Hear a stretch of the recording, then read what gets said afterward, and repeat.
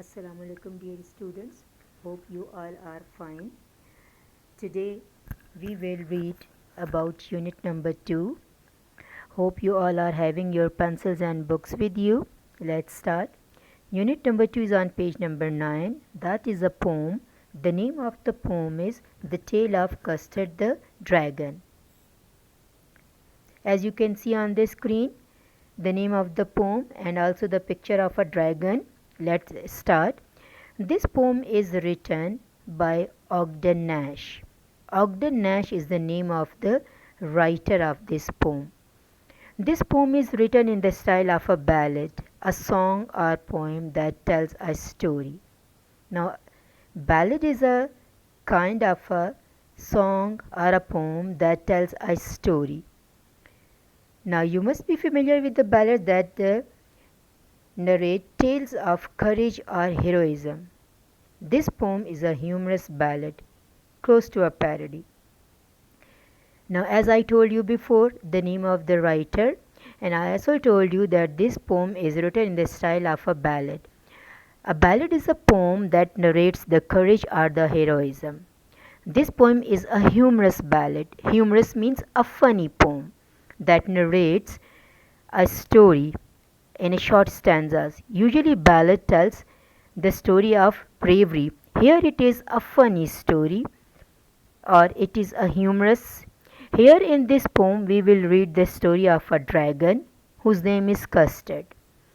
Now dragons are imaginary creatures that breathe out fire. It is written in the style that the readers can laugh. So let's start our poem. The first stanza is there. Belinda lived in a little white house with a little black kitten and a little grey mouse and a little yellow dog and a little red wagon and a really truly little pet dragon. Now I read out for you people the first stanza. Now as you can see on the screen, the first stanza is there and there are also some pictures. Let's see. Belinda, as you can see, that there is a picture of a little girl whose name is Belinda and she lived in a little white house. You can see the picture of her white house. She has her pets in that house.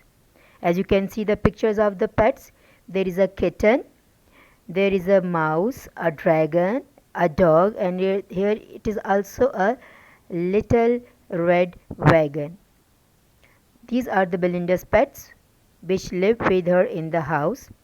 And the last line of the stanza, and a really truly little pet dragon. Now these two words, really truly.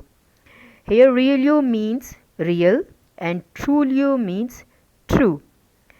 Now these two words are used to create a rhyming effect in the poem and this is called the poetic license. Means the poets have this authority or they are permitted to change the spelling to create a rhyme or musical effect. As instead of real it is used the word realio and instead of true it is the word trulio. Now Belinda lived in a little white house with a little black kitten and a little grey mouse.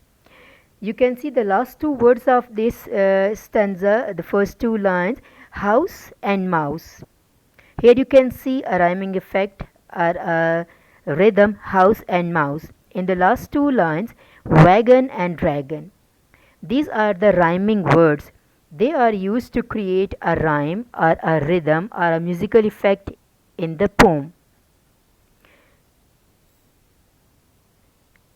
Now A and BB means A is the first rhyming word house and mouse and BB wagon and dragon. This is the second rhyming word. Now one thing more in this stanza you can see there is a repetition of this word little white house, little black kitten, little grey mouse, little yellow dog, little red wagon and little pet dragon. So in this stanza we learn about the rhyming words and we also learn about the repetition. These were the words which were using again and again, so that's why we say that is the repetition. Now the second stanza. Now the name of the little black kitten was Ink and the little grey mouse she called him Blink And the little yellow dog was sharp as mustard, but the dragon was a coward, and she called him Custard. Now in the second stanza we have the names of the pets, the Belinda's pets. The name of the black kitten is Ink, grey mouse is called Blink, the name of the dog is Mustard, and the name of the dragon is Custard, and it is very coward, as that is mentioned in the stanza. But the dragon was a coward, and she called him Custard. Now see in the stanza that again we have some rhyming words here. Ink and blink, these are the rhyming words. Mustard and custard, they are also the rhyming words. So the first rhyming word that is mentioned AA, that is ink, blink, and another rhyming words BB, that is called mustard and custard. Now one thing more here we can see, that is the third line, and the little yellow dog was sharp as mustard. In the previous class you learnt about the similes, that the similes are the interesting comparisons, and we use the words as or like for the simile. Now see the third line, the little yellow dog was sharp as mustard. Now that third line is a simile. Here is a comparison of the little yellow dog was as sharp as mustard, so that is a simile. Now the next stanza. Custard the dragon had big sharp teeth, and spikes on top of him and scales underneath, mouth like a fireplace chimney for a nose, and Relio Trulio daggers on his toes. Now in this stanza, as you can see the picture of a dragon. Now here we have the description of a dragon. As I told you before, the dragons are the imaginary creatures that breathe out fire. Now here in the stanza the dragon is described. It has big sharp teeth, spikes, as you can see in the picture. The spikes are the sharp pointed edges which are red in color in the picture. As you can see on the top of the body there are red color spikes, and the scales under its body. Scales are the kind of layer, you can say, as we have scales on the fish body. So in the same way it has scales under its body. Its mouth is just like a fireplace which breathe out fire, and smoke comes out of its nose as from the chimney. Again, Relio Trulio means real and true. Its feet are just like the daggers. Daggers are the sharp knife, so its nails are just like the sharp knife. This was the description of the dragon. Now again in this stanza you can see the rhyming words are teeth, underneath, and another rhyming words are nose and toes. And again here we have one simile in the third line, mouth like a fireplace. Okay, that is the simile. The word like shows that that is a simile. The next stanza. Belinda was as brave as a barrel full of bears, and Ink and Blink chased loins down the stairs. Mustard was as brave as a tiger in a rage, but Custard cried for a nice safe cage. Now in this stanza here the poet is describing the qualities of all the characters. First of all, the poet is describing Belinda, that Belinda is a brave girl, and she is as brave as a barrel full of bears. Means she is without fear. She is very brave. Ink and Blink are so brave that they can chase or they can follow the loins and can get them out from the house. Mustard, the dog, is also very brave, just like a lion, which when the lion is in very anger, when the lion is very angry, then it becomes very dangerous. So the Mustard, the dog, is as brave as a tiger.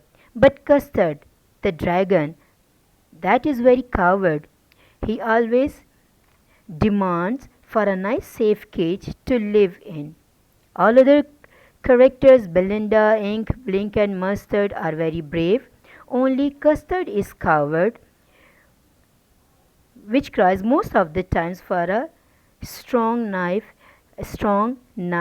cage. In this stanza again we have the rhyming words bears and stairs, rage and cage, and here you can see the simile. Belinda was as brave as a barrel full of bears, and the third line, Mustard was as brave as a tiger in a rage. Here again we have two similes. Next stanza, Belinda tickled him, she tickled him unmerciful. Ink, Blink, and Mustard, they rudely called him Percival. They all sat laughing in the little red wagon at the Riolo Trulio cowardly dragon. Now, Belinda treated Custard in a very bad way. She laughed at it, made fun of it. Ink, Blink, and Mustard, they all called him Percival. Now Percival, who was Percival? Percival was a great warrior. He was very strong soldier in the court of King Arthur. Once he went out somewhere to find something, but he got frightened and ran away. So that's why Belinda, Ink and Blink, they called Mustard the Percival, because they thought that Custard is very coward. So they all sat in red wagon and made fun of it. Now as you can see here we have again the rhyming words unmerciful, Percival, wagon and dragon. They are the rhyming words here. The next stanza. Suddenly they heard a nasty sound, and Mustard growled, and they all looked around. Meouch, cried Ink, and oof, cried Belinda, for there was a pirate climbing in the window. Now, in this stanza what the poet is saying, as you can see here we have a picture. At once they heard a very bad sound. Here nasty means bad or unpleasant sound. And the Mustard, when heard the sound, the Mustard growled, and they all reacted in different way. They all looked around from where that nasty sound is coming. Ink said meouch, and Belinda said ooh, because they saw a pirate coming from the window. Again here the poet has changed the spellings of the window. Here the words spellings are written window. This change is done to create a musical effect in the poem, as Belinda and window. They are also the rhyming words, and they are also creating a rhyming effect in the poem. As I told you before, that this thing is called the poetic license, that the poet has changed the spelling to create a musical effect. The next stanza, pistol in his left hand, pistol in his right, and he held in his teeth a cutlass bright. His beard was black, one leg was wood. It was clear that the pirate meant no good. Now in this stanza here we have the description of a pirate. Description of pirate means how the pirate looked. He had pistol in his both hands, and he had a cutlass in his hand. Cutlass is a small type of sword, or may say a knife, that is usually used by the pirates, as you can see in the picture. Its beard was black and one leg was made of wood, means not a real leg but an artificial leg that was made of wood. It looked that the pirate came there to steal something or to harm them. Meant no good means that the pirate came there to harm them. Now, as you can see in the stanza, that the pirate was described in this stanza. Now, today we read about the 7 stanzas. Here you can see the words meanings. Wagon is a vehicle. Realu means real. Trulio means true. Dragon, an imaginary creature, breathes out fire. Coward means fearful or timid. See the other words meanings.